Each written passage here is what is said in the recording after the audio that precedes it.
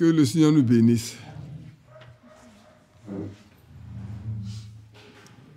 Oui, c'est vrai, j'avais oublié le matin pour notre bien-aimé frère Ake Aou Anissé. Dieu l'a donné un petit garçon hier. J'avais oublié de l'annoncer. C'est pour ça que l'après-midi, Vitué n'est pas là. Elle n'est pas s'occuper de l'enfant. Que Dieu soit loué. C'est merveilleux simplement ce que Dieu fait, la simplicité et tout. Amen. Comme on n'a pas d'électricité et qu'on a les frères en tout racolés, concordés pour que vous puissiez avoir tout et ceux qui sont en ligne surtout, on va aller un peu plus rapidement pour vous libérer. Le matin, nous avons parlé des deux éléments, la conviction et puis l'état du cœur, comme des moyens que Dieu nous a donnés pour pouvoir connaître sa volonté. Je pense qu'on a passé beaucoup de temps sur l'état du cœur pour aider chacun de nous à écouter son propre cœur, à savoir comment est-ce que le Seigneur nous aide, nous parle et nous conduit. On a pu avoir celui de David, comment ça s'est passé, même en deux endroits. D'abord, quand il était avec Saül, en difficulté par rapport à David, et quand il a commis ce péché, là où il a tué Uri, prenant la femme d'Uri, et tout, comment Abigail aussi a pu lui parler pour lui dire de ne pas avoir un cœur troublé pour avoir commis un crime ou tué, en versant le sang inutilement. On a insisté pour dire qu'il faut, en lisant dans 1 Jean 3, en lisant 1 Jean 3, comment faire, comment être pour que nos cœurs ne nous condamnent pas, parce que Dieu est plus grand que notre cœur. Ce soir, sans trop prendre beaucoup de temps, on va parler des circonstances providentielles. Vous devez entendre par là les circonstances que Dieu peut créer ou des choses que Dieu peut lui-même apporter ou donner pour nous permettre de voir qu'il est en train de nous conduire sur un chemin que nous ne connaissons pas ou des choses qui nous intéressent mais pour lesquelles on n'a pas les moyens d'action. Et nous voulons voir si c'est sa volonté que nous puissions mener de telles actions. Et là également, je voudrais attirer votre attention, avant que nous ne lisions quoi que ce soit, de faire attention parce que souvent, on met trop vite les choses sur le compte de Satan. Oui. En manquant de discernement que, après avoir prié, il s'est rendu compte que ce n'était pas la volonté de Dieu, mais les jeunes gens voulaient à tout prix qu'ils partent. Et en chemin, il y a eu beaucoup de difficultés. Les gens disent, mais ça, c'est le diable qui empêche qu'on ait parlé à des frères qui sont d'autres.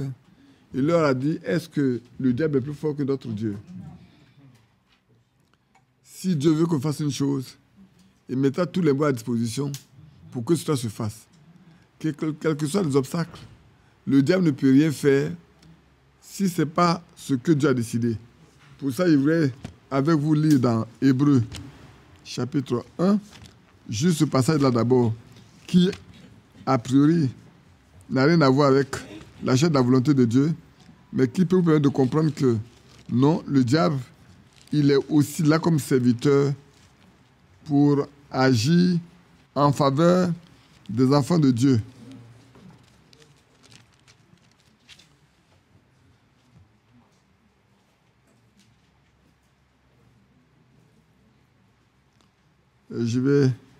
Je regarde ce passage-là où il est écrit qu'il est au service, ils sont... Voilà. Je vais lire à partir du verset 7 quand même, pour que vous voyez, dans verset 6. Et de nouveau, lorsqu'il introduit dans le monde le premier-né, il dit, tous les anges de Dieu l'adorent, que tous les anges de Dieu l'adorent. De plus, dit les anges, il fait de ses anges des esprits et ses serviteurs une flamme de feu.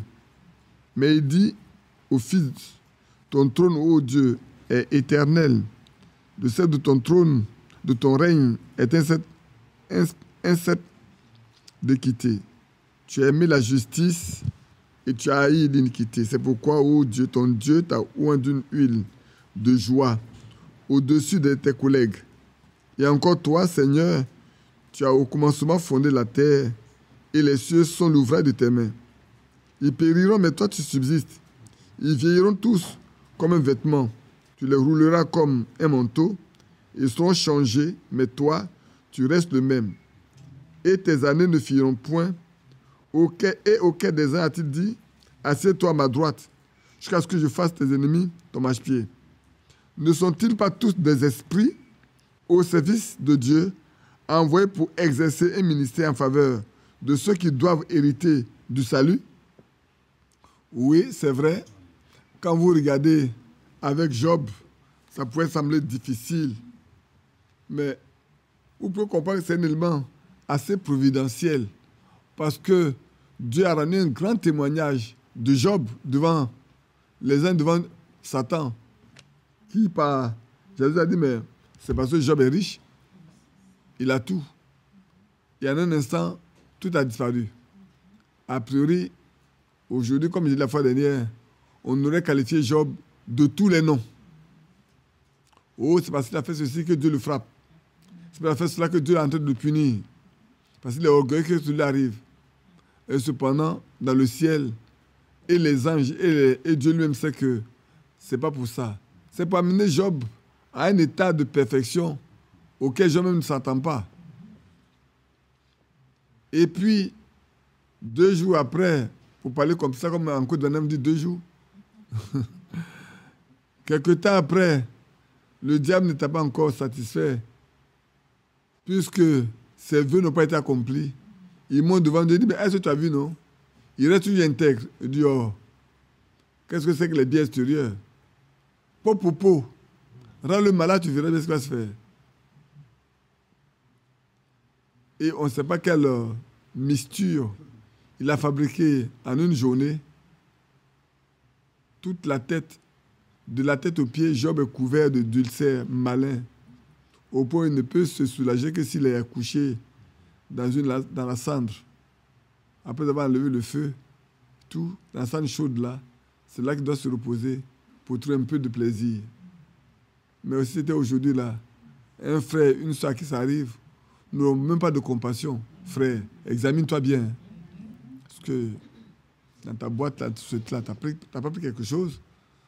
Tes parents là n'adoptent pas un démon que toi aussi tu es parti voir. Tu n'as pas fait ceci, tu n'as pas fait cela. Frère, faites attention. Ne mettez pas toujours tout au compte de Satan. Ce n'est pas possible. C'est vrai qu'on pourra lire également, je crois dans un roi ou deux, ou un chronique, où le Seigneur a incité David à dénombrer le peuple. Mais c'est ce qu'il faisait. La preuve en est que plus tard, David a su là où il faut bâtir le temple, en achetant l'un d'ornant, qui était aussi le mont Morija, sur lequel après Salomon, son fils, a bâti le temple et qui est resté le mont jusqu'à aujourd'hui. Donc, bien aimé, il n'y a rien qui puisse arriver sans que Dieu l'ait permis. Et ici, pour parler des circonstances providentielles, je vais donner un exemple simple pour que vous compreniez mieux. Voilà qu'on a la convention à Corée, où il y a le mariage à Corée. C'est ça, non? Et puis il y a quelqu'un qui n'a aucun moyen pour se rendre en ce lieu-là. Mais il veut aller à ce lieu-là, mais il n'a pas de moyens. Il reste chez lui et dit, Seigneur, si c'est ta volonté, que quelqu'un passe ici et qu'il dise, va à Corée. Alors je saurai que tu veux aussi que j'aille à Corée. Comprenez, non? Il prie et puis il est assis tranquille, le cœur paisible. Et puis Jean-Marie arrive là, à l'improviste. Sœur, frère, bonjour, ça va? Oui. Ah, bon, je m'en vais à courir. Je suis passé là pour te saluer. Est-ce que tu as une place dans ta voiture? Mais oui, j'ai une place dans ma voiture. Ah, je peux partir avec toi? Oui, si tu veux bien. Dieu a créé les circonstances pour que ce voyage pour toi soit possible. C'est Dieu qui l'a organisé. Pourquoi est-ce que Jean-Marie soit obligé de passer par là? Non, tu ne sais pas pourquoi. Mais comme tu as parlé au Seigneur et que lui veut que tu ailles, il va créer toutes les conditions lui-même. Hein. Ce n'est pas tes efforts. Toi, tu as déjà prié puis tu es assis. Il va créer toutes les conditions pour te rendre capable de te rendre en ce lieu-là. Et ça, c'est des choses que beaucoup de croyants auxquelles il ne faut pas attention. C'est là, j'ai dit toujours, frère, il dit, frère, il est mieux de demander au Seigneur qu'on vous vienne en aide que de tendre la main. Le moyen pour que sachez que Dieu exauce vos cris, il connaît vos besoins, il les connaît, et qu'il veut vous exaucer, c'est que vous évitez de tendre la main. Parce que c'est plus honorable de voir que Dieu pourvoit votre besoin et que de tendre la main, et tout, à moins que il met dans vos cœurs d'avoir quelqu'un. Il prépare cette personne-ci. Dès que vous allez arriver, quand vous allez dire, il va dire, vous n'aurez même pas besoin de fixer le montant. Hein. Dieu va vous donner exactement ce dont vous avez besoin. Et ça, c'est important. Moi, quand j'étais encore au Koweït, où je m'asseyais au milieu des frères, il y avait un frère qui s'asseyait toujours devant moi. Après, quand je le vois toujours à la même chemise, tous les dimanches. Et puis ça me fait tellement mal au cœur que j'ai dit, mais Seigneur, je vais aider ce frère-là. J'avais décidé à mon cœur un certain montant moi-même. Et puis un matin, je me suis levé et j'ai pris un montant inférieur à ce que j'avais décidé de donner. Ça va pourquoi. Et puis on était au culte.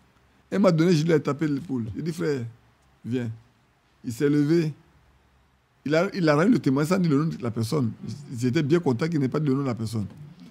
Et puis on est sorti. J'ai dit, frère, voilà ce que tu as mis sur mon cœur de t'aider. Tiens. Le frère avait besoin de ça pour payer sa maison et pour payer sa facture d'électricité. C'est le montant exact. Mais il a prié. Peut-être qu'il a prié, il n'a pas prié auparavant. Mais quand je lui ai donné, frère, j'avais besoin de ça pour ma maison et payer mon électricité. Il n'a pas demandé. Moi, je ne regardais qu'à son habit, qui était toujours le même. Mon désir, c'est de lui donner de l'argent pour qu'il se fasse des habits. Alors qu'il avait un autre besoin plus grand que d'avoir des habits. C'est comme s'il me serait levé, acheter des habits pour aller lui donner. Ce n'était pas le besoin qu'il avait. Donc, il est meilleur, bien aimés frères et sœurs, que Dieu réponde à nos besoins, que nous-mêmes partons tendre les mains. Et ce n'est pas honorable. Ça, je le dis toujours. Peut-être je vois mal, mais ce n'est pas toujours ainsi que je vois. Je pense qu'il est meilleur que Dieu réponde à nos cris. Je ne vais pas citer le nom, parce que sinon, on dirait qu'il aime trop parler de cette personne-là. Alors, pour revenir ici, nous pouvons lire dans 1 Samuel 2, 7, pour parler un peu de Anne, la maman de Samuel. Vous allez me demander, mais comment c'est ainsi? Et comme j'en parlais tout à l'heure, j'aimerais qu'on regarde ça ensemble. Vous n'aurez pas, c'est vrai, vous n'aurez pas beaucoup de passages bibliques dans ces éléments-là, mais on peut trouver quelques exemples simples par lesquels, comme je venais de dire déjà, Job, peut-être je ne reviendrai plus.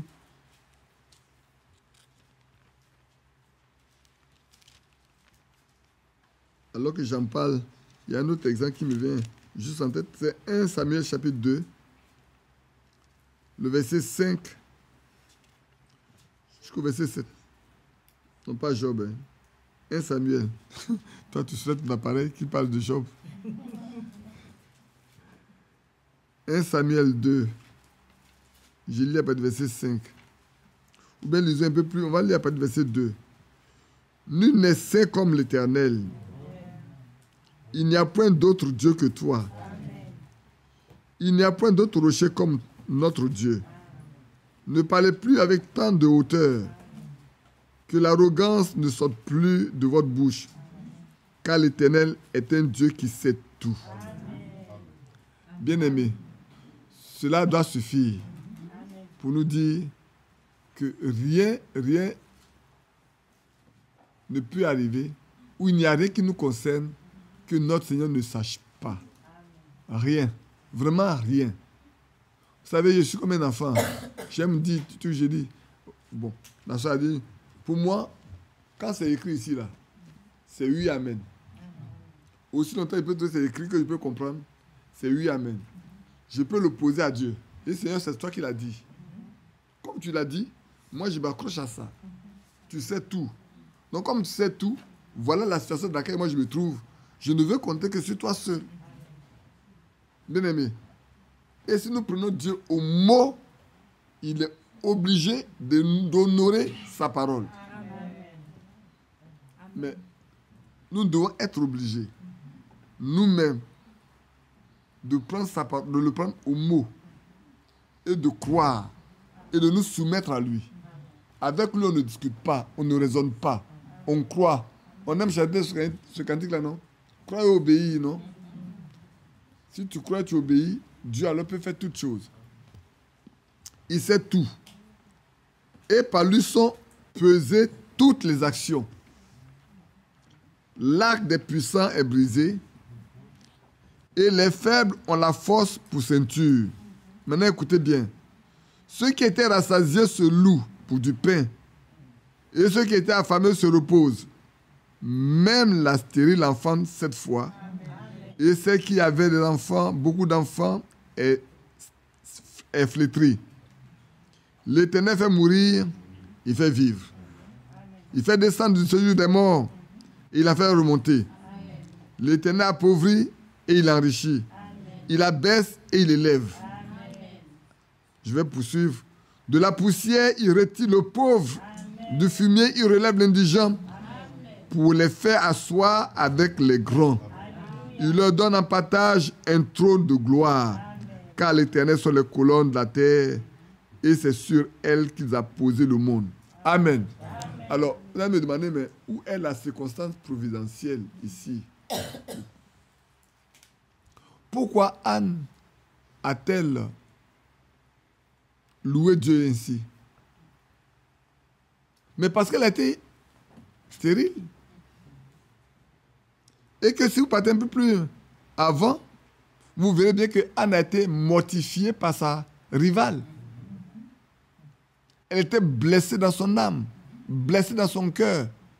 Quand il montait à Siloé pour le sacrifice, elle ne mangeait pas. Elle passait tout son temps à pleurer, à prier. Mais Dieu a pourvu. Mais c'est Dieu qui a créé les circonstances pour que Anne ait un enfant, qui ne soit pas un enfant comme tous les autres enfants. Hein. Dieu a créé des circonstances pour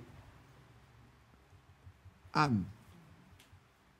Pour qu'elle ait un enfant, soit différent. Dieu a créé les circonstances pour Abraham, pour qu'il ait un fils qui ne soit pas comme les autres fils. Bien-aimé, cela vient de Dieu. C'est lui qui a créé toutes les circonstances. Son mari pouvait ne pas aller comme les autres, toujours à Siloé, pour adorer. Et puis, comment se fait ce jour-là? C'est la première fois qu'ils vont là-bas. Ce jour-là, le sacrificateur, le souverain sacrificateur se rend compte qu'elle est là depuis, qu'elle lui demande, mais fais passer ton vin. Parce qu'elle pensait qu'elle a bu. Elle a dit, vous pouvez prendre ta servante comme une femme, comment elle a dit, quel mot? Pervertie.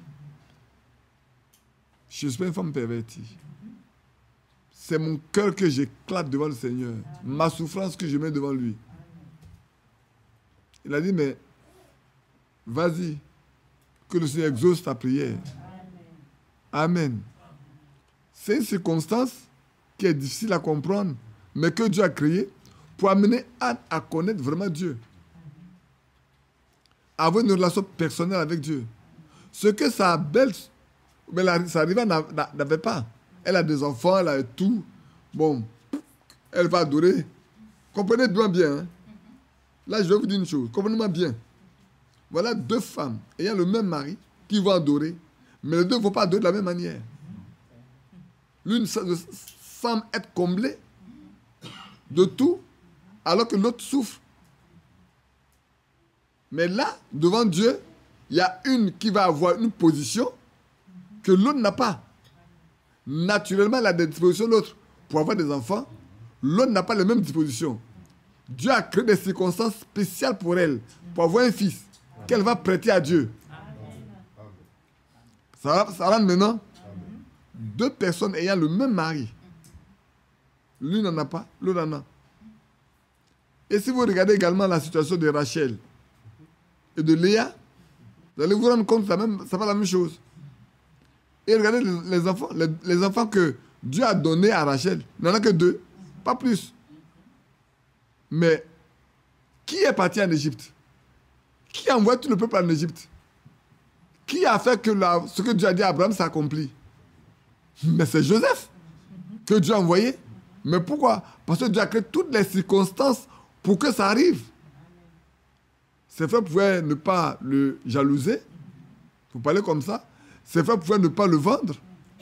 Parce qu'ils avaient voulu le tuer auparavant. Et puis Ruben l'a défendu. Mais dès que Ruben s'est déplacé, ils l'ont jeté dans le puits. Avant que les gens se rendent, ils l'ont vendu aux mendiants. Et dit, mais qu'est-ce qu'on va faire?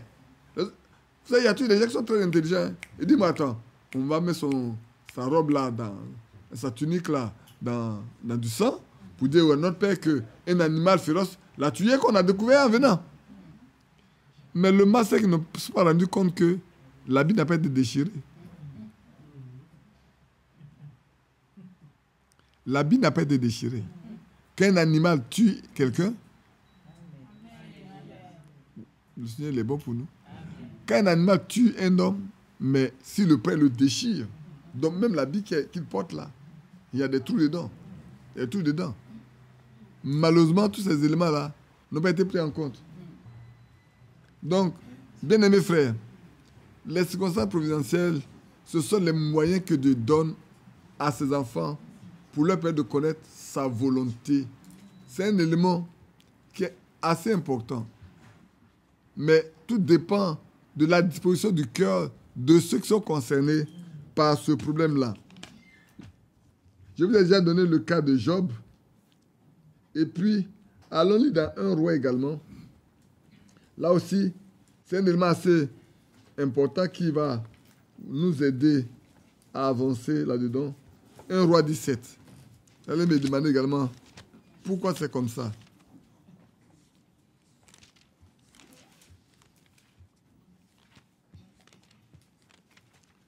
Un roi 17.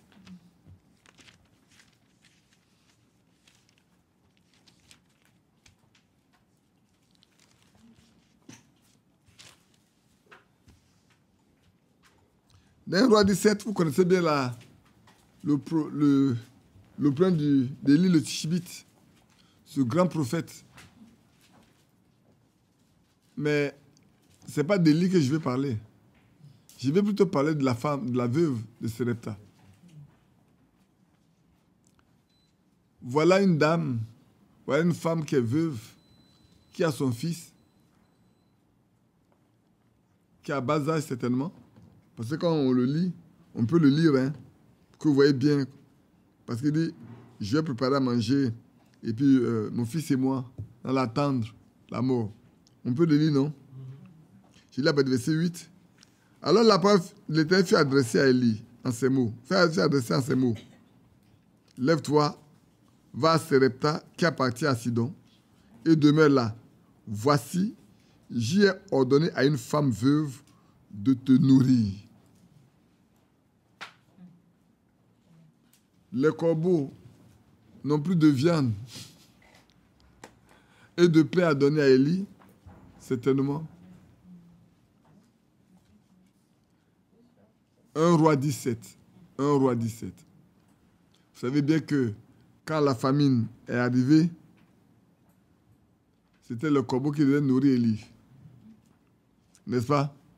Quand vous lisez le verset 2 jusqu'au verset 7, vous allez voir que le corbeau devait le nourrir et puis il devait boire l'eau du torrent qui était à Kérit. N'est-ce pas? Quand l'eau a tari, c'est tellement que le corbeau ne pouvait pas aller prendre du pain parce que le boulanger n'arrivait pas à fabriquer du pain. Oui. Dites-le nous pour nous partageons. Et alors, vous en avez parlé le matin, c'est ça? Ben hier. C'est ça, non? D'accord. Alors, Dieu va préparer une femme spécialement pour s'occuper d'Élie. Mais pas pour qu'elle s'occupe d'Élie, pour qu'Élie s'occupe d'elle. Dieu prépare une situation, apparemment, quand on regarde, c'est comme si Dieu a préparé la situation pour prendre soin d'Élie. Mais en réalité, c'est d'elle que Élie va prendre soin. Dieu crée une situation pour elle, inattendue. Dans tout ce pays-là, il y a beaucoup de veuves. Mais pourquoi c'est elle?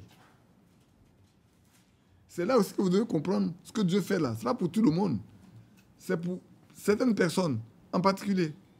Et il dit à Élie ceci: lève-toi, va à Sarepta, qui appartient à Sidon, demeure-y là. Voici, j'y ai ordonné à une femme veuve de te nourrir. Aujourd'hui, la paix des choses on fera. Élie est parti chercher la veuve.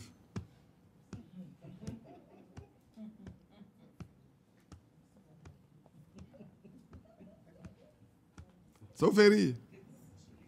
Je préfère dire des choses qui vous choquent un peu, mais qui sont la réalité. Élie, il dit qu'il est prophète. Il prophétise qu'il y a le malheur dans le pays. Maintenant que le malheur est arrivé, c'est une femme veuve, là, il va chercher.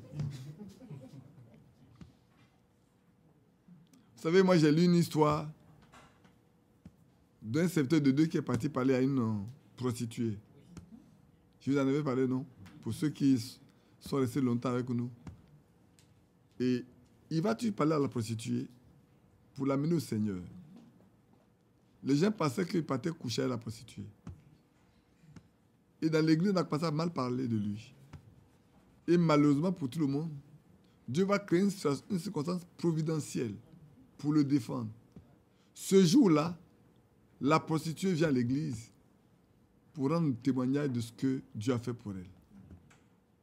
Et on met au banc des accusés cet homme. Oui, on t'a vu aller chez une prostituée dans tel quartier. Chaque fois on te voit là, qu'est-ce que tu as fait là-bas? Tu dis que tu es le serviteur de Dieu, et puis c'est toi qui vas lâcher la prostituée. Et puis à un moment donné, cette prostituée s'est levée. Il dit, c'est chez moi qu'il vient. Et je suis venu pour rendre témoignage de ce que Dieu a fait par lui pour moi. Amen. Voilà la circonstance. Elle est inattendue. Quand on dit providentiel, c'est quelque chose qui est inattendu, qui est pourvu par Dieu, simplement. C'est pour ça que toi, tu es un financier, souvent on parle de l'État providentiel. C'est l'État qui pourvoit aux besoins des gens. C'est comme ça que Dieu pourvoit aux besoins de ses enfants. Au moins, il s'attend le moins possible. Et elle a eu son témoignage, ça a disculpé ce serviteur de Dieu qui lui avait juste une position, c'est de pouvoir aider cette femme-là. Pourquoi c'est elle? Il doit y avoir beaucoup de prostituées dans le coin, mais pourquoi c'est elle seule? S'il voulait se prostituer, il allait passer de femmes prostituées. Mais pourquoi c'est elle seule? Mais Dieu l'a sauvée, Dieu a sauvé son témoignage parce que la femme est convertie. Et c'est ce jour-là qu'elle est venue à l'église. Également pour donner son témoignage et donner sa vie complètement au Seigneur. Donc, pour revenir ici, aujourd'hui, on aurait dit, voilà, il est parti chercher une veuve. une veuve là, il lui prophétise le malheur. Maintenant, quand ça chauffe, il fuit pour aller chercher la veuve. Il va se cacher chez la veuve. Pourtant, ça n'est pas ainsi. C'est Dieu qui lui a dit, va chez cette veuve-là. Parce que je lui ai ordonné, je lui ai donné l'ordre de prendre soin de toi. Mais quand moi je regarde, c'est l'inverse. Parce qu'on va lire la suite. Il se leva, il alla à Sarepta. Comme il arrivait à l'entrée de la ville, voici, il avait une femme veuve qui ramassait du bois. Vous voyez les circonstances? Pourquoi ce n'est pas quelqu'un d'autre? Mais c'est la veuve qui est venue pour ramasser du bois. Il appelait et dit, va chercher, je te prie, un peu d'eau dans un vase afin que je boive. Élie sait bien qu'à ce temps-là, il n'y a pas d'eau. Mais Dieu lui a dit, moi j'ai préparé quelqu'un pour prendre soin de toi. Va chez elle. Il ne lui a pas dit oui. Il dit, va à Sarepta, frère. Je vais vous prendre un exemple. Il dit, va à Kouré, j'ai dit à une femme de prendre soin de toi. Il ne te donne pas le nom. Et puis tu vas à Kouré. S'il n'y a pas de circonstances providentielles, tu ne rencontreras pas la personne comme il se doit. Mais Dieu qui sait, il va préparer la personne. Et c'est au moment où tu arrives là que cette personne est venue à ta rencontre. C'est vrai. Comme le frère Yapi disait hier, on était à Kouré, il parlait, il dit, les frères d'Engracon peuvent beaucoup parler. Comme Paul pouvait dire aux Corinthiens, hé Corinthiens, si pour les autres je suis pas apôtre, mais pour vous là, je suis apôtre. Je suis votre apôtre.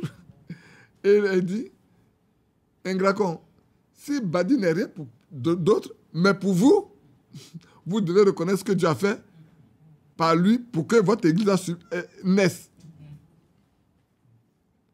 Oui, c'est vrai, mais c'est Dieu qui fait toutes choses.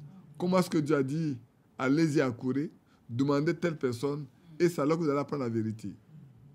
La fois dernière, quand on est parti à Engracon, effectivement, le troisième qui n'a pas cru, qui est là, lui, il est encore vivant, hein, mais les deux autres qui sont morts. Ceux qui sont partis et par qui d'autres personnes sont venues et que j'ai été entretenu jusqu'à ce que, et que Marc lui-même a vu avec la voiture bleue que ceux qui doivent enlever doivent tous aller monter dans cette voiture-là. Quand la voiture est remplie, alors l'enlèvement a eu lieu, il s'est réveillé là. Mais c'est ceux-là qui aujourd'hui, dandinent comme ça. Alors, quand tu es à la fois d'un Engracon, au lors du décès, je lui ai posé une question seulement. J'ai dit, tu as vu comment Dieu t'a humilié, toi? Il m'a dit, Marc, Dieu t'a humilié. Tu sais pas que Dieu t'a humilié? Le Seigneur là t'a humilié. Tu as compté sur des hommes. Il t'a envoyé ni prédicateur, il t'a envoyé ni chantre. Est-ce que tu as remarqué? Il dit, mais nous on est venus, c'est notre soeur qui est décédée. On vient seulement. On ne court après rien. Allez-y. Faites-le. Allez d'avant. Mais tu sauras plus tard. Pour le moment, tu peux faire comme tu veux. Donc ici, voilà que les deux vont se rencontrer. Et il va lui donner à boire. Et elle alla en chercher. Il appela de nouveau. Il dit, apporte-moi, je te prie, un morceau de pain dans ta main. Et elle répondit, l'Éternel ton Dieu, alléluia. Amen. Amen. Est-ce qu'elle connaissait Élie avant? Bien mes frères, c'est bon de connaître Dieu. Hein? Quand vous connaissez Dieu là, lui-même, il se révèle à vous. Il vous parle. Dieu lui a parlé, certainement. Parce qu'elle ne peut pas dire, l'Éternel est ton Dieu. Je vais le lire. L'Éternel, ton Dieu, est vivant. Je n'ai rien de cuit. Je n'ai qu'une poignée de farine dans un pot et un peu d'huile dans une cruche. Et voici, je ramasse 2 morceaux de bois. Frère Branham pouvait dire, vous voyez, quand on passe 2 morceaux de bois, dans la bourse, quand tu as 2 morceaux de bois, tu as fait un feu, tu mets le feu au milieu, tu mets tout ce qu'il faut pour que le feu prenne par le milieu, Et alors, tu as 4 touches. Et chaque fois que tu rapproches, quand il fait froid, tu peux préparer. Ça peut te servir de moyen de faire ta cuisine. Hein. Nous, on a été les filles des paysans. On sait comment ça se passe.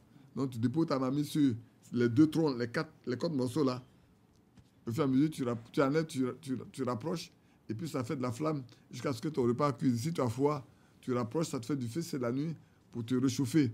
À tout moment, les 2 bûches. Ici, comme la croix, elle va utiliser ces 2 morceaux de bois comme la croix. Et vous avez tous écouté la prière de Frère Branham sur l'offrande de la farine, je crois. Bien. Elle répondit, ton Dieu est vivant. Je n'ai rien de cuit. Je n'ai qu'une poignée de farine dans un pot et un peu d'huile dans une cruche. Et voici, je ramasse 2 morceaux de bois. Puis je rentrai et je préparais cela pour moi et mon fils. Nous mangerons et après quoi, nous mourrons. C'est-à-dire, c'est leur dernier repas pour atteindre la mort. Mais Dieu va pourvoir pour leur vie. En leur envoyant Élie. Ce n'est pas quelqu'un qui a pourvu, c'est Dieu lui-même qui a créé les circonstances pour qu'elle continue de vivre et ne pas manquer de nourriture. Vous comprenez, non? Et comme votre soeur voulait rendre témoignage ce matin, mais n'a pas pu,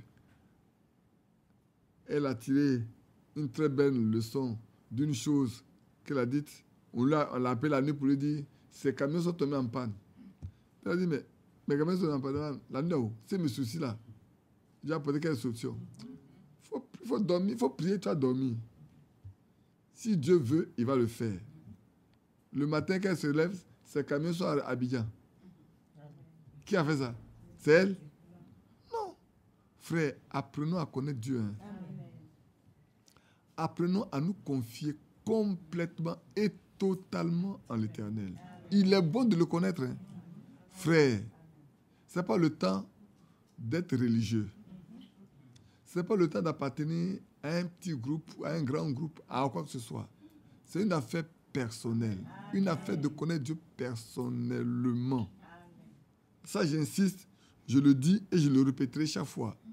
Bien-aimé, si on ne connaît pas Dieu, on peut aller à l'église. J'ai dit aux gens, n'allez pas à l'église aussi, on ne pas converti avant. Parce que la conversion se fait dehors. Quand tu es dedans là, on doit t'enseigner à vivre la parole de Dieu. La conversion se fait dehors. Ça veut dire aller par toute la terre, faire de toutes les nations des disciples. Hier, j'étais en train de récupérer les versets bibliques. Quand j'ai cité ça, quelqu'un dit, mais où se trouve le mot prêcher? Alors, mais quand tu vas dans Luc, tu vas voir. Il dit, et le salut sera prêché en son nom. Et que va dans Marc, il dit, allez prêcher, et celui qui croira. Donc, quand vous partez de Marc, vous partez dans Luc, vous vous rendez compte que ce que le Seigneur a dit, allez par la terre et faire de toutes les nations des disciples là. Mais comment ça va se passer? C'est en leur prêchant. La bonne nouvelle du royaume. Donc, vous le trouvez dans Marc, vous le trouvez dans Luc. Parce que ça nous préparer la réponse à la question qui m'a été donnée, et qui m'a été faite, à savoir quelle est la différence entre prêcher et enseigner. J'ai pris quelques versets. Je ne me précipite pas. J'ai les éléments. Comme je vous ai dit, je profiterai peut-être pour parler à la fois de tous les ministères en même temps, pour que vous sachiez discerner les ministères. Le vrai problème, c'est ce qu'on a aujourd'hui dans ce message, c'est qu'on ne cherche pas à savoir qui a un ministère ou qui n'a pas de ministère. Tout le monde est serviteur de Dieu. Au point, c'est lui qui est même le prédicateur de sa maison, ils sont 2. Il est prédicateur, il est serviteur de Dieu quand on se retrouve ensemble. Il a 10 personnes qui les autres, il est serviteur de Dieu. Et on a fait des serviteurs de Dieu partout. Au mot, c'est devenu tellement un mot vulgaire, le mot serviteur de Dieu. Alors que dans l'Ancien Testament, quand on dit un serviteur de Dieu là, on l'appelle l'homme de Dieu. Un certain homme de Dieu. Aujourd'hui, ce n'est pas la même chose. Que Dieu nous aide. Et dans ce message-là, on a galvaudé, on a tellement galvaudé certaines expressions que quand tu regardes, ça n'a plus d'importance. Comme le mot pasteur, on a fait du pasteur quelqu'un qui a un poste le plus important. Alors qu'il n'est pas plus important que celui qui est évangélique, il n'est pas plus important que celui qui est un prophète. C'est le même don. Chacun a un don. C'est tout. C'est un ministère. Tu n'es avec, au moment venu, Dieu le met en mouvement pour le bien de ton peuple. C'est même pas pour toi. Même quand tu as un don de guérison, ce n'est pas pour toi. On en parlera tout à l'heure. Un peu comme on va regarder les dons. Donc ici, voilà comment est-ce que le Seigneur lui-même va préparer une occasion. Parce qu'Élie va maintenant prophétiser. Et lui dit, ne crains point, rentre. Fais comme tu as dit. Seulement, prépare-moi d'abord, avec cela, un petit gâteau. Et tu me l'apporteras. Tu en feras ensuite pour toi et pour ton fils. Amen. Car ainsi parle l'Éternel, le Dieu d'Israël. Tu es de Sidon, mais moi je te dis, je suis d'Israël. Et le Dieu que je sers là, dit, la farine qui est dans le pot ne manquera point. Et lui qui est dans la cruche ne diminuera point.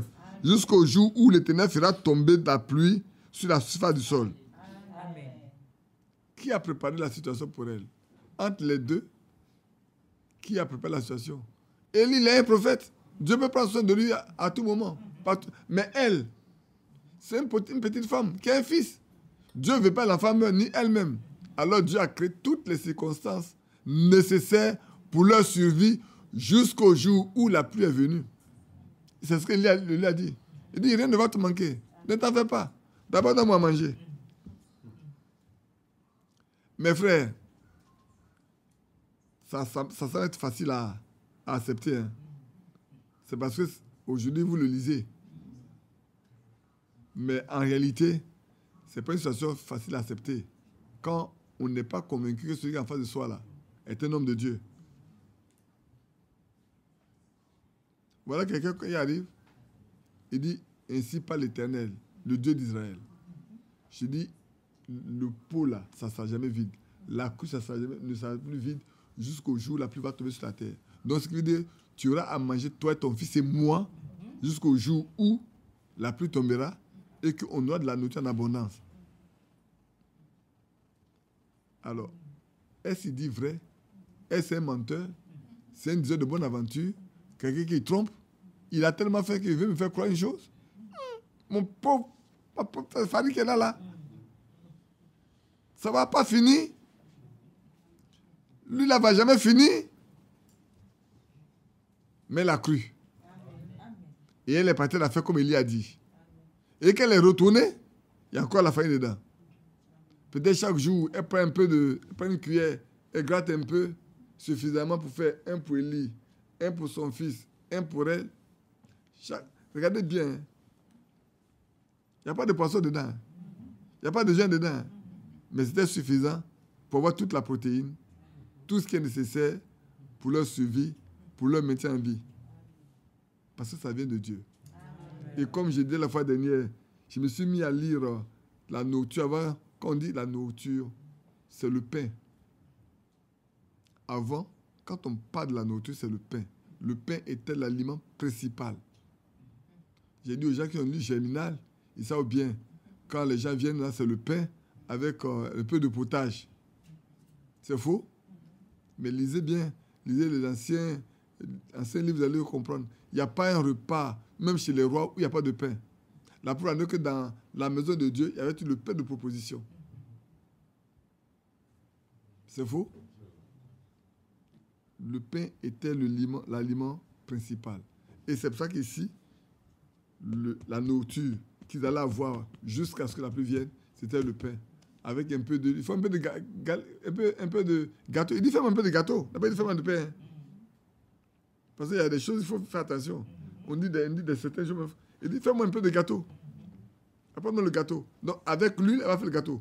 Nous, quand on était petits, on aidait les femmes qui faisaient les pains sucrés là. Moi, j'ai pété la farine. Hein. J'ai pété la farine. C'est l'eau, la farine. Et puis après, elle prend l'huile pour faire frire le matin. Ça veut dire que l'huile qui est frite. Mais comme elle a mis le levain dedans, ça enfle le matin. Puis là, elle coupe ça, puis elle met dans l'huile, puis il y a l'huile là.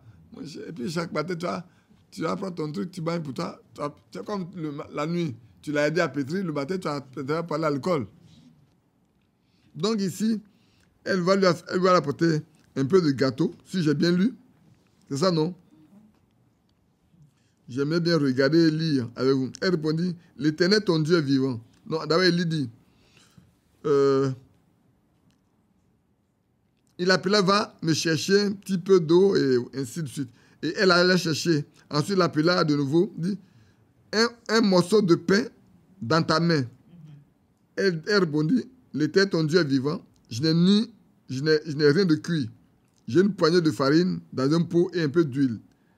Et voici, je ramasse le morceau de bois, je rentrerai et je préparerai pour moi et pour mon fils. Nous mangerons et nous mourrons. Point. Ici, ce point, le vrai problème, quelqu'un va demander, est-ce que... Et là, on continue. Il n'a pas fini.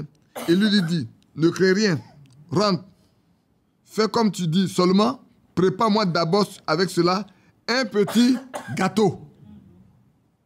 Comme tu n'as que de l'huile et la farine, premièrement, il lui a demandé de lui envoyer le pain. Il n'a pas ça. Il dit, j'ai de l'huile et j'ai de la farine.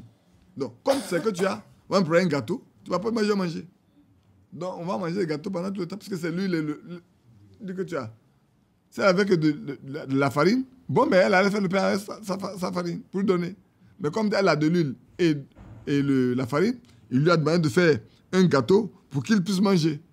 Et chaque jour, ils ont mangé le petit gâteau jusqu'à ce que la pluie vienne à tomber. Mais ce qui est important pour nous ici, ce n'est pas la composition qui m'intéresse, ce sont les circonstances que Dieu a créées pour que cette femme-là et son fils puissent vivre pendant cette période de 3 ans et demi de famine, de sécheresse, où beaucoup d'animaux sont morts. La preuve en est que quand il a rencontré Akab, Akab dit, ben, prenons parmi les chevaux qui restent là, pour aller voir. Et puis il rencontre Élie, il dit, c'est toi qui mets le trouble dans le pays. Il dit, c'est pas moi, c'est toi et ta famille. Mais Dieu fait une bonne chose, Dieu fait toutes choses bonnes. Et c'est vrai, frère, j'ai déjà parlé de Job, donc je ne vais pas revenir sur la situation de Job. Vous connaissez la situation de Job. Donc je donne la situation de cette femme pour que vous compreniez combien de fois Dieu sait prendre soin de ceux qui lui appartiennent. Et je donne un exemple simple pour vous-même que vous pouvez expérimenter, vouloir aller quelque part, n'ayant pas les moyens. Et puis, bon, ben, vous demandez au Seigneur de lui-même créer des circonstances pour vous permettre d'aller en ce lieu-là, parce que c'est comme ça que vous le voulez. Et Dieu s'en occupe. Et vous pouvez avoir des besoins peut-être plus difficiles, financiers, matériels, de tous ordres. Bien-aimés frères, bien-aimés sœurs, s'il vous plaît, apprenons à ne pas tendre la main. Je veux vous encourager à cela. Nous sommes des chrétiens et le Dieu du ciel sait pouvoir à tous nos besoins. Il a dit, si lui, qui est Dieu là, il s'occupe des moineaux, qui ne sème ne moissonne, comment ne prendra-t-il pas soin de nous, qu'il a créé à son image? Ensuite, si nous nous disons fils et filles de Dieu, comment notre Père Céleste ne nous donnera pas ce dont nous avons besoin pour nous-mêmes? Sinon, comment notre foi va grandir? Sinon, comment nous allons pouvoir faire confiance au Seigneur? C'est important. Ça, j'insiste. C'est vrai que, bon, par moi, je passe pour être quelqu'un de trop radical. Mais je crois que dans la foi, il n'y a pas de demi-mesure. Hein. Où on y est ou on n'est pas. La foi, c'est la foi. Hein. Abraham ne peut pas dire il va aller chercher une autre solution que celle que Dieu a préparée pour lui. Non. Madame, je sais qu'il fait un peu lourd, mais il y a un peu de climatisation actuellement. Hein? Je vous observe. Ça fait ron, ron, ron, ron, ron, comme ça, non? Comme je n'écris pas trop. Donc, bien-aimés, sachez qu'on a vu les 8 moyens. Avant, je parlais que de 2, de 4 ou de 5. Non, de 4, de 3, 4. Cette fois-ci, je ne sais pas, mais le Seigneur m'a aidé à rechercher tous les éléments pour vous apporter les 8 moyens qui sont vraiment les moyens fondamentaux pour vous permettre de connaître la volonté de Dieu dans toutes les circonstances, en mettant en premier lieu sa parole, qui occupe la première place en tout. En tout. Le reste, vous pouvez les utiliser comme bon vous semble en regardant son Seigneur. Et il vous répondra. Faites comme cette vieille femme-là qui dit que quand elle n'était pas croyante, c'est elle-même qui luttait pour avoir les solutions à ses problèmes. Mais depuis qu'elle est croyante, quand les problèmes naissent, elle prie, elle laisse ça dans la main de Dieu, Seigneur. Parce que si Dieu ne veut pas le faire, vous ne pouvez rien faire. Vous pouvez avoir des nuits blanches, avoir des soucis, avoir tout. Rien ne marchera. Et vous, les enseignants, et nous, les élèves, nous, les étudiants, quand on se remet seulement au Seigneur. Vous savez, avant qu'on ne naisse, j'aime bien le psaume 139, j'aime bien ce psaume-là. Avant que vous ne naissiez, votre vie est déjà tracée. Amen. Les circonstances sont déjà arrêtées. Amen. Voilà un homme qui ne doit jamais être diplomate si on regardait les performances scolaires. Ce n'est pas la diplomatie qu'il allait avoir. Hein. Voilà, c'est les gens qui allaient être au trésor, aux impôts, à la douane, là où on gagne beaucoup d'argent. Parce qu'on a des primes trimestrielles. Et puis, bon, après, c'est resté que le poste de sous-préfet de diplomatie. Il avait la possibilité de choisir pour être sous-préfet, pour devenir préfet ou être diplomate. Bon, qu'est-ce que c'est la diplomatie? Peut-être qu'il ne connaissait même pas la diplomatie, mais il a joué la diplomatie. Mais c'est le chemin de Dieu à tracer pour lui. Que Dieu vous bénisse. On va aller lire un peu dans 1 Corinthiens 12, sachant que quelques-uns d'entre vous ont des dons, mais ils ne veulent pas les manifester. On va en parler un peu pour que vous sachiez en quoi vous pouvez être utile à vos frères et à vos sœurs. Les dons ne sont pas pour vous. On va prendre 1 Corinthiens, chapitre 2. Je vais lire verset 4. C'est des choses que vous connaissez, mais vous verrez là-dedans même qu'il y a les éléments qui sont des moyens pour connaître la volonté de Dieu et tout. Il y a diversité de dons, mais le même esprit. Diversité de ministères, mais le même Seigneur. Diversité d'opérations, mais le même Dieu qui opère tout en tous. Or, à chacun, la manifestation de l'esprit est donnée pour l'utilité commune. De même que Dieu m'a donné moi de prêcher pour chacun de nous. Ainsi, Dieu peut avoir donné à quelqu'un le don de prophétie, on en parlait, le don de sagesse, le don de connaissance, ou même des personnes qui, comme on l'a vu la fois dernière, ont souvent des visions, simplement, pour informer, former et prévenir d'autres personnes d'une circonstance qui va arriver. N'est-ce pas? Et il y a des situations comme celle dans laquelle on est. Tout à l'heure, le frère Thierry Baka parlait d'un frère qui est parti voir un autre frère par rapport au problème de l'île d'Abidjan, qui a reçu une réponse qui ne lui satisfaisait pas, et qui on lui a demandé, puis quelqu'un l'a appelé. Il lui a dit qu'il faut prier. Et quand il a prié, il a trouvé 2 groupes. En son, il avait vu 2 groupes. Il y a un grand groupe. Je dis les choses telles que ça a été dit. Sinon, j'ai demandé à Thierry d'en parler. Thierry, Baka, pardon, donnez-lui un micro, que lui-même rende le témoignage avant que nous on continue.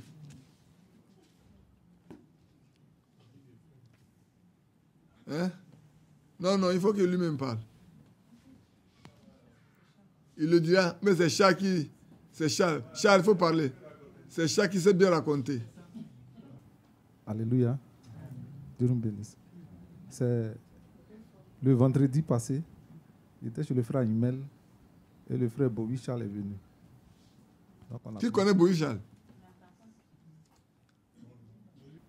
Quand il nous a vus, il a dit, bon, il y a longtemps. Donc on s'est salué, on a commencé à causer. Donc on a parlé un peu des problèmes de l'église, il m'a dit beaucoup de choses. Mais à propos du songe, il dit le frère Michel l'a appelé parce qu'il ne venait pas à l'église, il était à la maison. Donc c'est comme ça, Michel lui a dit, bon, il faut prier. Donc le même jour, il a prié. Il a eu un songe, il a mis nu. Donc dans ce songe, il s'en va à l'église et il y a deux groupes distincts. Il y a un petit groupe où il y avait la lumière, la joie, les cantiques étaient chantés, il y avait l'amour. Et l'autre groupe, c'était que du bruit, ils étaient beaucoup pour ne rien. Donc, lui, il est sur la voie. Il y a un groupe ici et un groupe ici. Donc, il a arrêté au milieu, Seigneur, il dit que choisis. C'est là qu'il entend choisir Christ. Amen. Voilà, c'était juste Voilà. ça. Ouais, si on me demandait de le dire, je ne sais pas, parce que c'est pas à moi, on a dit ça directement. On n'a pas besoin de choisir pour quelqu'un. On a besoin de choisir pour Christ. Et voilà, Dieu lui donne un songe pour lui montrer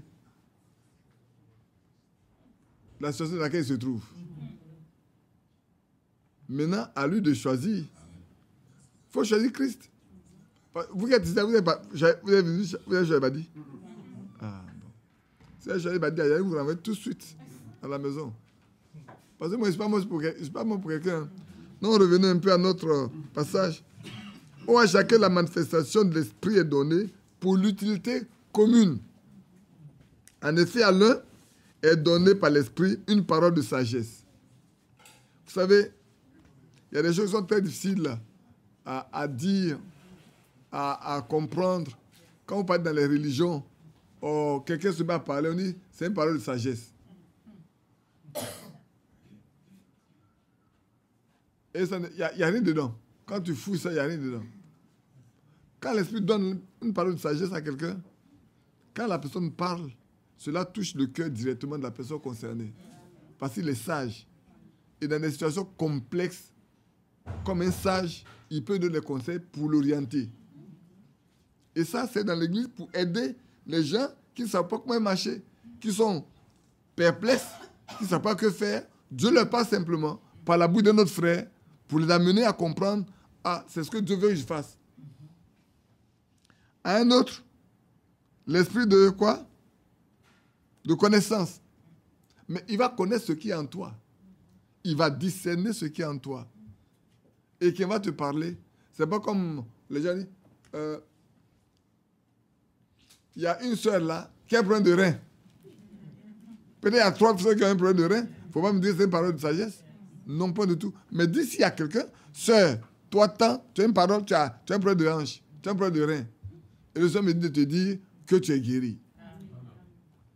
Alors je comprendrai. Mais,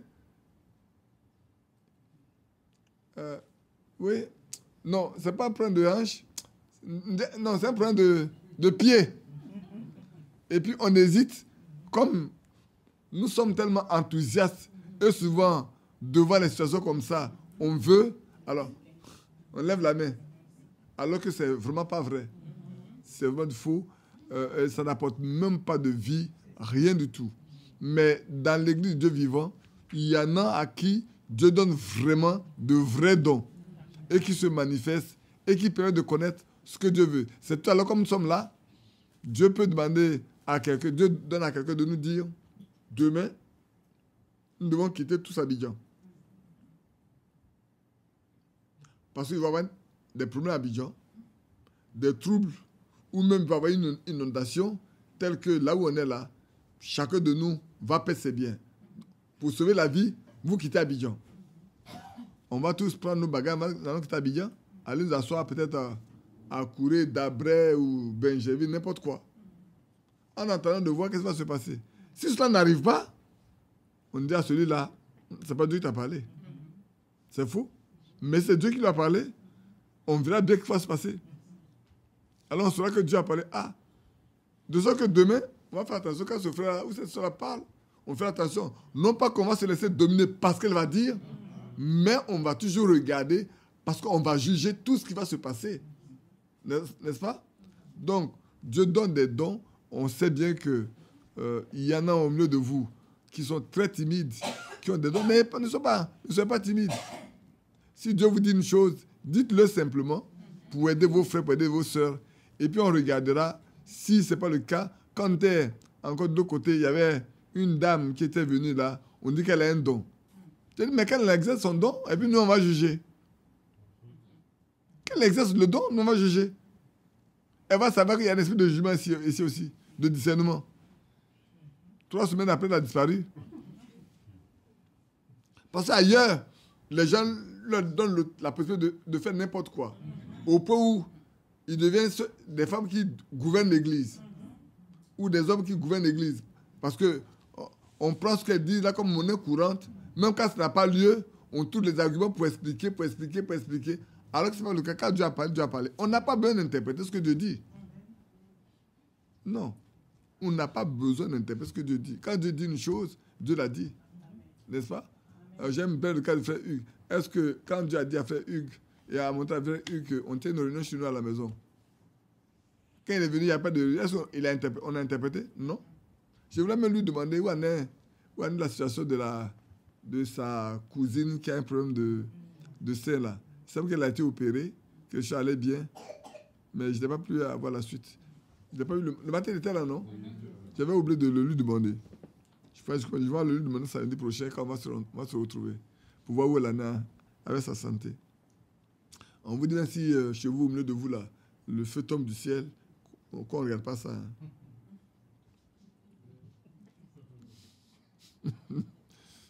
Est-ce que vous pouvez faire tomber le feu du ciel? Si Dieu trouve bien de faire tomber le feu du ciel, celui qui a décidé, mais il va faire tomber le feu du ciel pourquoi? Pour quelle utilité? Si Dieu guérit les malades, c'est vous qui guérissez les malades. Nous, on prie pour les malades, puis Dieu les guérit. On prêche, ce n'est pas nous qui sauvons, c'est Dieu qui sauve. Si Dieu ressuscite un mort, est-ce que c'est moi qui l'ai ressuscité? Est-ce que moi j'ai le pouvoir de ressusciter quelqu'un? Non. On n'a pas le pouvoir de faire quoi que ce soit. C'est Dieu qui fait tout. Nous sommes des serviteurs inutiles. Nous ne valons rien. Nous sommes des morts de terre qui ne valons rien du tout, frères et sœurs. C'est Dieu qui est tout. C'est lui seul qui est tout. Si on faisait quelque chose, peut-être on aurait converti tous les membres de nos villages. Hein? Ça, moi, j'aime bien le dire. Hein? Un autre, la foi. Ah oui.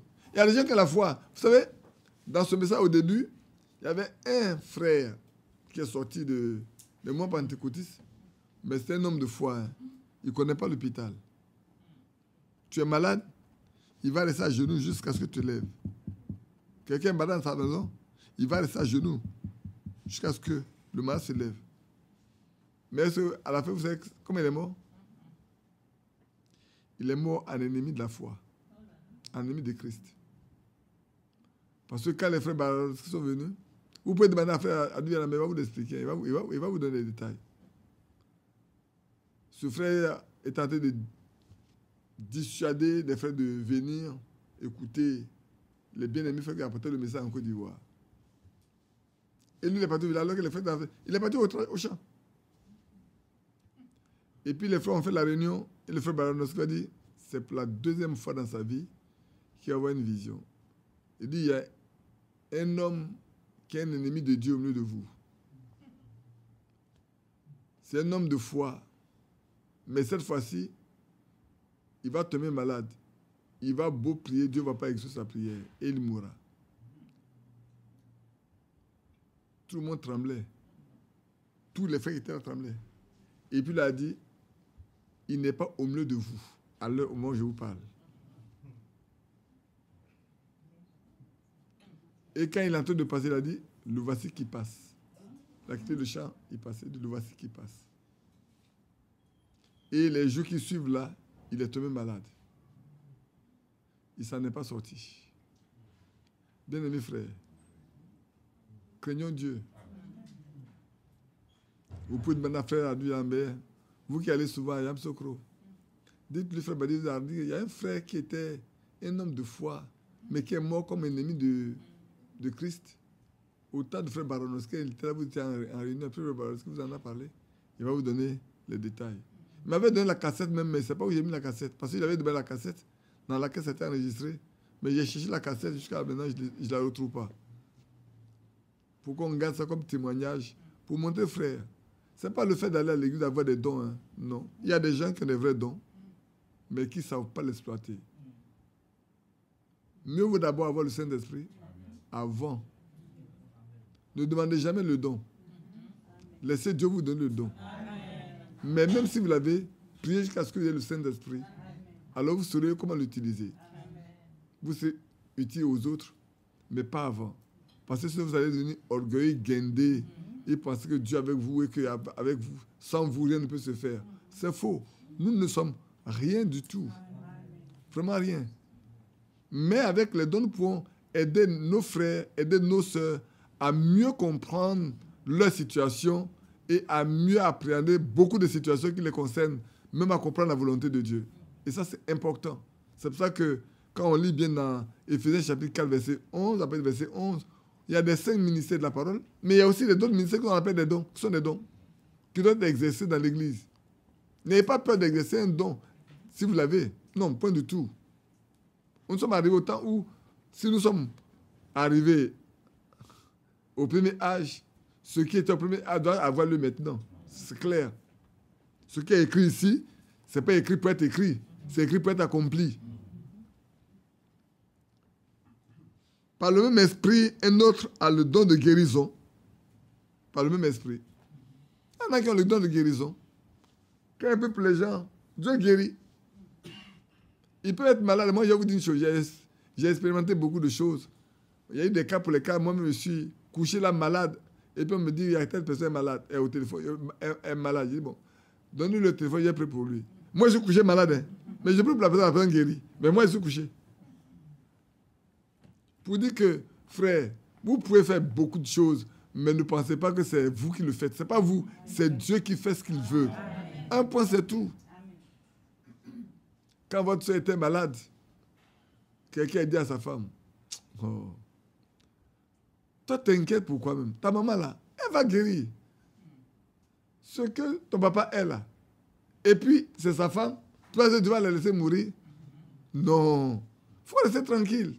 Au point où quand elle est morte, il ne pouvait même pas annoncer à sa femme que sa maman est morte.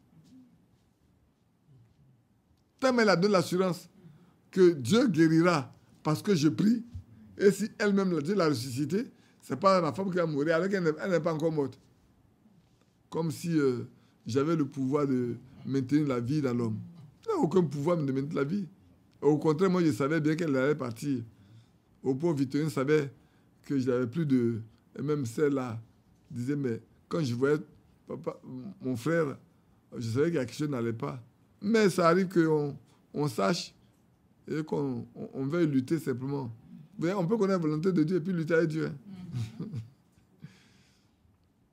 Non, si vous parlez de la connaissance de la volonté de Dieu, c'est parce que je sais que c'est important de le savoir et de vouloir laisser Dieu faire. C'est vrai que vous allez vouloir dire, Seigneur, pardon, pardon, pardon. Les cas où Dieu a intervenu, il y a combien de cas même? Il y a eu Ézéchias, et puis il y a qui encore d'autres? Oui, dans la Bible, non? Vous voyez comment c'est rare dans la Bible? Même dans la Bible. Le deuxième cas, ça c'est Samson, quand il était devenu aveugle. Il a dit, Seigneur, donne-moi aujourd'hui la force pour que tous ces Philistins-là meurent en même temps. Je meurs avec eux. Et il s'est appuyé sur les 2 colonnes du milieu du bâtiment et il les a poussées. Il dit que je meurs avec tous ces Philistins. Et la Bible dit, le nombre de personnes qu'il a tuées en ce jour est plus élevé que le nombre de personnes qui sont mortes pendant sa vie, pendant qu'il vivait. Dieu fait des choses qu'on ne comprend pas par moment et c'est ainsi que Dieu le fait. Donc, il y en a qui ont le don de guérison. Oui. Et un autre, le don d'opérer des miracles. Comme l'apôtre Paul pouvait regarder quelqu'un pour dire qu'il a le don d'être guéri. Il dit, tiens-toi, ferme tes pieds. Et puis il se lève et voilà, il est complètement rétabli. Percule qu'il était auparavant, maintenant c'est un homme normal.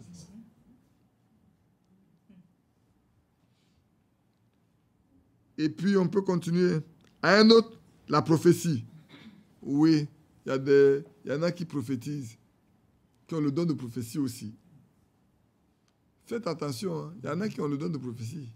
Ils peuvent prophétiser. Ce n'est pas toujours ainsi dit le Seigneur. Hein.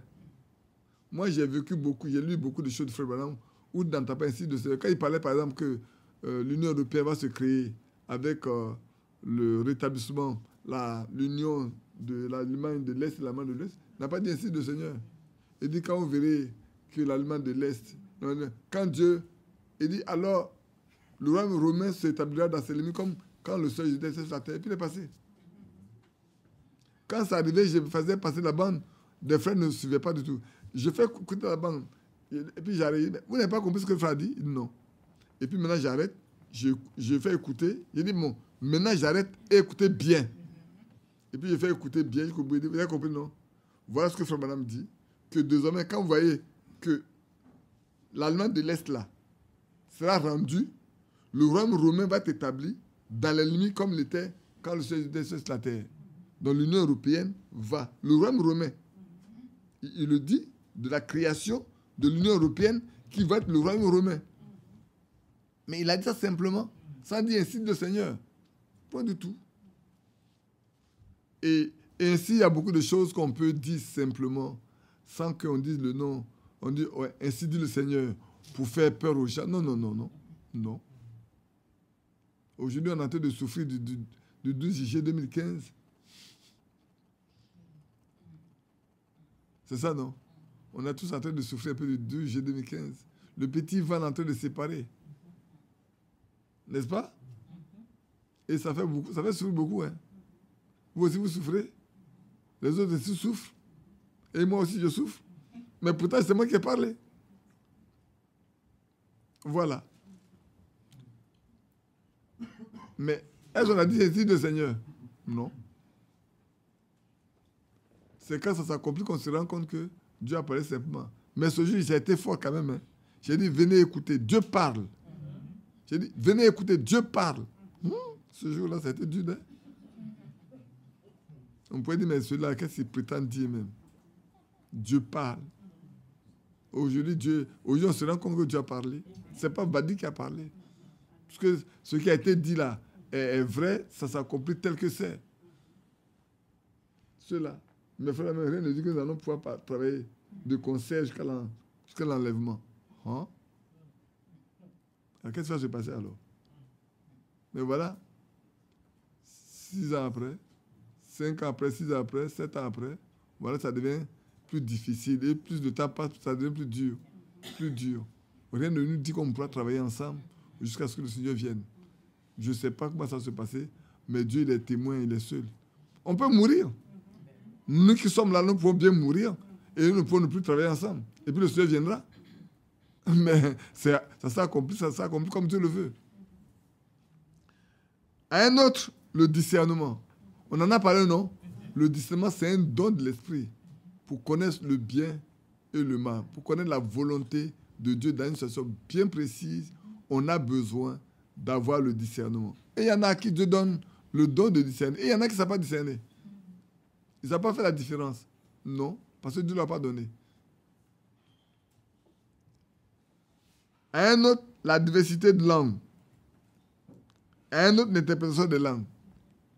Et vous savez, par parler en langue, on peut prophétiser. Celui qui parle en langue et qui en donne l'interprétation, ça devient une prophétie. Oui. Si quelqu'un parle en langue. Moi, la première fois où quelqu'un parle en langue, moi-même, je sais que j'ai parlé en langue une fois dans ma vie. Ça, je le sais. Je savais bien la langue que je parlais. Et puis, à 1979, quand un matin, mon petit homme Joseph s'est mis à parler en langue, j'étais tellement abattu. Mais moi, s'il avait un problème pour lequel j'ai demandé une réponse au Seigneur. Et alors que nous étions dans la brousse, chacun son coin, je ne savais même pas où il était, lui ne savait même pas où j'étais. Moi, j'étais dans un confort, dans un bois, dans des racines. Moi, j'étais avec mes appareils pour écouter les messages. Parce que on a eu des messages, puis après, on les copie. Doucement, pour ne pas qu'il y ait beaucoup de bruit autour, tu te caches quelque part, il n'y a pas de bruit. Tu es assis seul là-bas, puis j'étais en train de copier mes cassettes, et puis je priais avec quelque chose dans mon cœur qui me faisait tellement mal. Ou quelqu'un l'a soulevé, l'a traîné sur ses pieds jusqu'à le déposer devant moi, devant mon confort, où j'étais assis là. Et puis dès qu'il a commencé à parler en langue, dans mon cœur, il dit, Seigneur, qu'est-ce qui se passe encore? Il est venu ici, on est venu ici encore avec le parler en langue. Maintenant, ça vient de toi. Qui l'interprète?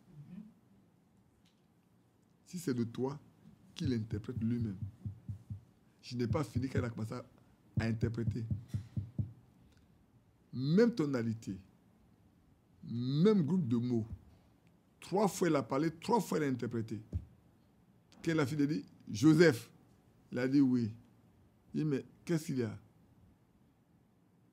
Il dit, tu es là? Il dit, mais je suis là. Il dit, mais lui n'était pas ici. Il dit, quelqu'un l'a soulevé pour la mouiller ici. Je te dis quoi? Il dit, bon, viens. Je sors de mon confort, j'arrive là. Et puis, je suis avec lui. Vous voyez, dans la brousse là, ces traces, ça là. Parce qu'il a été tiré et les pieds étaient sur la route, ça enlevait les feux comme ça. De là où il était à genoux, jusqu'à moi, ça fait plus de 20 mètres. Il y avait un nid de guêpes, même par où il est passé. Vous connaissez bien la guêpe, hein? Et tous les frères ont couru de partout pour venir à ce lieu-là. On leur a montré le coin. Moi, j'avais reçu ma réponse, c'est vrai, mais je n'ai rien à personne, parce que personne ne savait de quoi les questions. C'est moi qui avait mon problème, c'est moi qui avais reçu ma réponse. Donc on est parti. Et puis à un moment donné, je lève ma tête. Je vois l'une de dit, frère, il y a un nid de guêpe. Depuis le temps où on est passé là, ça fait plus d'une heure, on est là. Personne n'a eu peur, mais quand on dit, voilà le nid de guêpe là. Oh, mon chef, il fallait voir comment on a couru. Chacun a fui. Moi, j'ai fui aller ramasser mes appareils rapidement pour qu'on quitte la brousse là. Mais ce que Dieu voulait faire, il a déjà fait. Ça date de 79. Et la deuxième fois où je vois quelqu'un prophétiser également, me concernant, c'est quand j'étais au Togo. J'étais parti au Togo. Et ce soir-là, d'abord, je n'étais pas parti en mission, comme on le dit, voyage missionnaire. J'étais parti pour un problème professionnel. Mais quand j'arrive, j'aime bien communier avec les frères. Donc, j'appelle le frère Topo pour lui dire, ah frère, je suis arrivé. J'aimais bien aller à l'église, donc tu viens me chercher. Et quand il est arrivé, il m'a dit, c'est toi qui vas prêcher. Bon. Et au moment où je montais à la chaire, ce que j'avais dans ma pensée, dans mon cœur, a commencé à changer. Et j'ai dit, bien-aimés frères, autant je suis ici, tout ce que j'ai pensé, je ne pourrais rien vous dire de ce que j'ai pensé. À peine j'ai dit ça net que la jeune fille se lève. Elle ne parlait pas un seul mot français sur le témoignage de frère Topo Joseph. Elle ne parlait que le Milan. Parce qu'elle n'a jamais été à l'école. Chez eux, quand tu n'as pas été à l'école, tu ne parles pas français. Parce que le Milan elle parlait partout, même au bureau.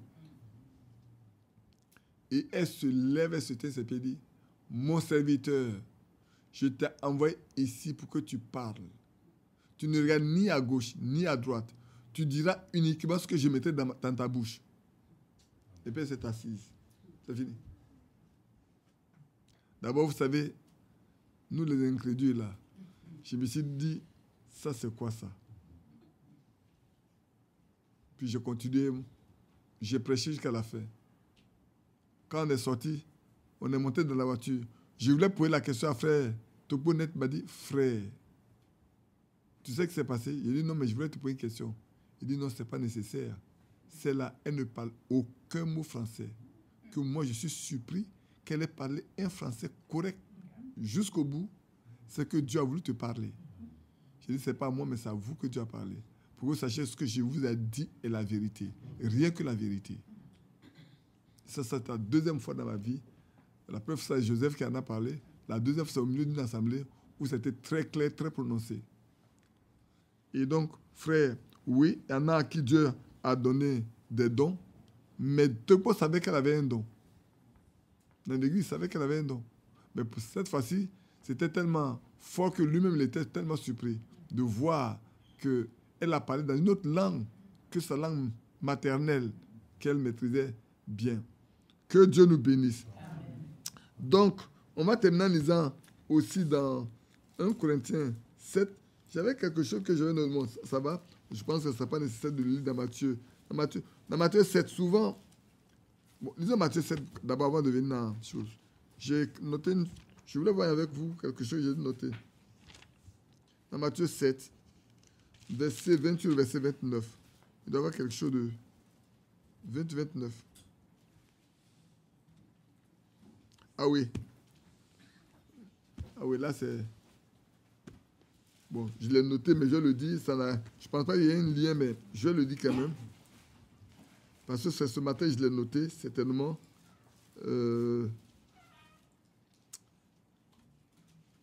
Ça va avoir un lien avec 1 Corinthiens 14, verset 1. Ça va avoir un lien, mais je le lis.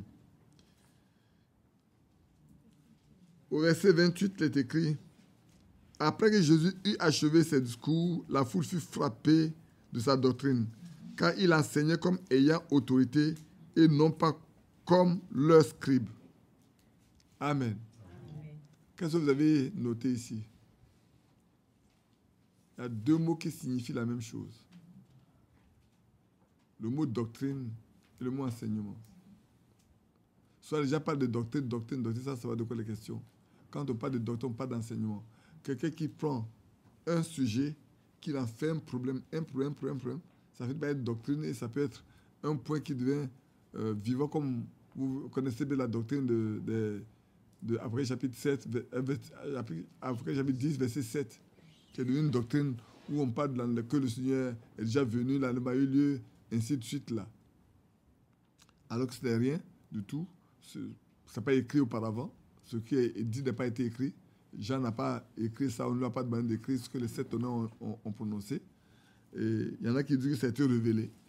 Même dans tous les messages de Frère Branham, on n'a jamais vu un seul endroit où Frère Branham a dit un seul mot de ce qui a été dit par les 7 honneurs.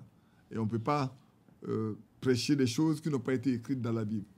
Il faut prêcher uniquement ce qui est écrit dans la Bible.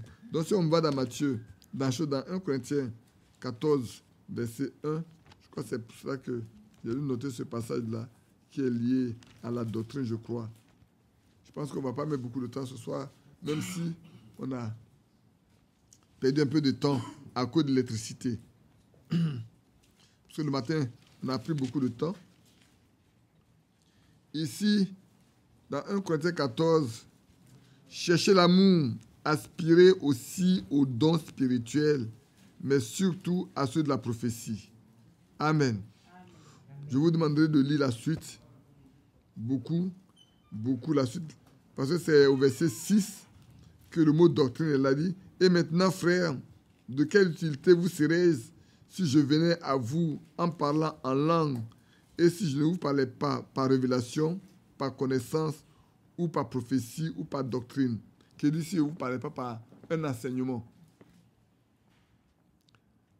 Donc, dans l'assemblée, l'apôtre Paul préfère qu'il y ait, c'est vrai, il peut avoir le parler en langue, mais si on peut nous parler par révélation, c'est de loin meilleur, ou par connaissance, parce qu'on peut parler par connaissance. On connaît la chose et on en parle. Ou bien Dieu nous révèle quelque chose qui était resté jusqu'à cacher aujourd'hui, et puis on parle de ça. Ou bien on parle parce que par prophétie, quelqu'un peut prophétiser. Ou bien on parle en enseignant, parce que le Seigneur a dit, alors enseignez-leur à observer ce que je vous ai prescrit. Mieux vaut enseigner à observer ce que le Seigneur a prescrit que de parler en langue sans que quelqu'un d'autre ne comprenne ce que ça veut dire. C'est vrai, je ne sais pas, la soeur elle n'est pas venue aujourd'hui. Dans ces derniers temps, comme elle dit, il lui est arrivé de parler à plusieurs fois en langue. Je dis, mais si tu es seul, que tu parles en langue, il n'y a pas de problème. Mais si c'est au milieu, quand on est là, si tu parles en langue, il faut prier pour que Dieu en donne l'interprétation. Quelqu'un donne l'interprétation, mais toi, tu donnes l'interprétation. Parce que ça ne sert à rien d'en parler. Parce que personne ne comprend. Et quand tu parles, c'est pour que quelqu'un puisse comprendre. Et le parler en langue, c'est pour les non-croyants. Les professeurs, les croyants. Les non-croyants, quand quelqu'un parle en langue et c'est interprété, ils comprennent bien ce que ça veut dire. C'est quelque chose d'important. L'apôtre Paul en parle lui-même. Lui-même en parle. Donc ici, mes bien-aimés frères, dans la connaissance de la volonté de Dieu, beaucoup de moyens nous sont donnés, y compris même dans les dons de l'esprit. Il y a des éléments qui peuvent être des sources de connaissance de la volonté de Dieu. Et nous pouvons être ensemble et Dieu peut révéler sa volonté en prophétisant, en donnant à quelqu'un une prophétie qu'il va nous donner, ou en donnant à deux personnes, un qui parle en langue et puis l'autre interprète, comme à la même personne qui parle en langue, qui interprète également, Pour ceux qui ont écouté souvent Frère Branham, vous avez vu souvent qu'à la fin de la prédication ou au début de la prédication, les gens se mettent à parler en langue pour montrer effectivement qu'il est avec eux et que ce qui va être dit là, c'est de lui que cela vient. Pour donner à ceux qui viennent pour la première fois de comprendre que Dieu est au milieu de son peuple et qu'il va agir comme il a dit. Donc, c'est des moyens de connaître permanemment ou totalement ou entièrement la volonté parfaite et totale de notre Seigneur. C'est pour ça qu'il a donné les dons. Il a donné les dons pour qu'il en soit ainsi. Que Dieu nous bénisse. Donc, ne rejetons pas les dons, seulement prions que Dieu nous remplisse d'abord du Saint-Esprit avant. Parce que vous vous souvenez bien que dans une église pentecôtiste, il y avait 2 personnes. Il y a un qui parlait en langue et que l'autre interprétait. Or, celui qui interprétait était vraiment un hypocrite qui vivait une double vie. Mais pourtant, comme ça peut arriver, le Saint-Esprit, quand il arrive quelque part, il oint tout le monde, il oint l'esprit et tout le monde parle. Il utilise tout le monde. Ainsi, cet homme-là a été permanemment utilisé pour les autres, mais pas pour lui-même. Parce que lui, il vit une double vie. Il est marié normalement, il a une femme, et puis ensuite, il vit une autre vie avec une autre femme de qui il avait des enfants. Cependant, ça n'empêche pas qu'il parle, il interprète la langue que l'autre dit. Tandis que celui qui parlait en langue était un vrai croyant, un vrai fils de Dieu. Frère, que Dieu nous aide afin que nous marchions avec le Seigneur comme il le veut. Que nous soyons des fils et des filles à sa gloire. C'est important et j'insisterai en terminant en disant, frère, connaissons la volonté de notre Dieu et pratiquons-la. Et nous réussirons parce que nous ferons ce qui lui est agréable. Que Dieu nous bénisse. À vous, mes bien-aimés qui êtes en ligne également. C'est vrai, ça a été très long, mais j'espère qu'on n'avait pas oublié. C'est pour ça que je fais tout exprès pour revenir en arrière, pour faire un genre de résumé avant de prendre chaque sujet, pour vous rappeler, pour vous remémorer chaque fois. Pour que ceux qui viennent, qui tombent sur ce sujet-là, s'ils n'ont pas eu écouté la première partie, la deuxième partie, la troisième partie, la quatrième partie, s'ils tombent sur la dernière, ils puissent quand même être orientés et savoir de quoi elle était auparavant. Que Dieu nous bénisse. Amen. On va prier. Bien-aimé Père Céleste, nous voici au terme de ce sujet qui a été très long, mais je crois que cela a été utile pour chacun de nous. Parce que, Seigneur, ces moyens que tu nous as donnés là, nous puissions en prendre possession et pour connaître ta volonté, la faire. Une chose est de connaître ta volonté, une chose est de soumettre notre volonté à ta volonté. Ce que je demande pour chacun de nous, c'est que nous soyons capables de soumettre notre volonté à ta volonté, afin de faire toutes choses comme tu le veux. Tu as même dit toi-même que ta nourriture est de faire la volonté de ton Père. Oui, apprends-nous également à faire ta volonté en toutes choses. Que nous ne soyons pas rebelles, que nous ne réduisons pas nos coups, mais plutôt que nous nous soumettons à toi. Bénis mes frères, bénis mes soeurs, bénis ceux qui sont en ligne. Oh notre Dieu, que cela soit utile à chacun de nous, afin que, Père, notre vie soit prospère entre tes mains et sous tes regards. Bénis-nous au nom de Jésus-Christ. Amen. Amen. Que Dieu nous bénisse.